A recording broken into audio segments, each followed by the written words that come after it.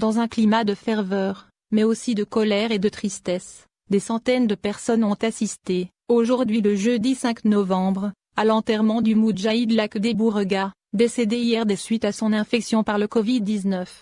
Des militants et personnalités politiques ont exprimé un respect appuyé pour celui qui n'a jamais transigé. De nombreux Algériens ont surtout exprimé, à l'occasion de ce deuil, leurs amertumes et regrets après la disparition du Moudjahid commandant et figure emblématique du Hirak Lakhdar Bourega. Le militant et le porte-parole de l'Union démocratique et sociale, Karim Tabou, s'est exprimé en marge de l'enterrement de Lakhdar Bourega. Je veux adresser un message aux mercenaires politiques, à ceux qui ont emprisonné ce grand Moudjahid et qui viennent aujourd'hui pleurer sur tombe et le traité de Moudjahid, à ceux qui ont sali la mémoire du défunt Lakhdar Bourega en l'accusant d'avoir usurpé l'identité d'un certain Mokrani Rabat, le vrai chef de la Wilaya lors de la guerre de libération nationale. Vous devriez avoir honte. Respectez-le, respectez cet homme qui a planté en nous l'esprit de nationalisme et de patriotisme. Cet homme qui a contribué à l'indépendance de notre pays et qui 60 ans après a accompagné cette jeunesse pour crier haut et fort pour un changement en Algérie, a déclaré Karim Tabou.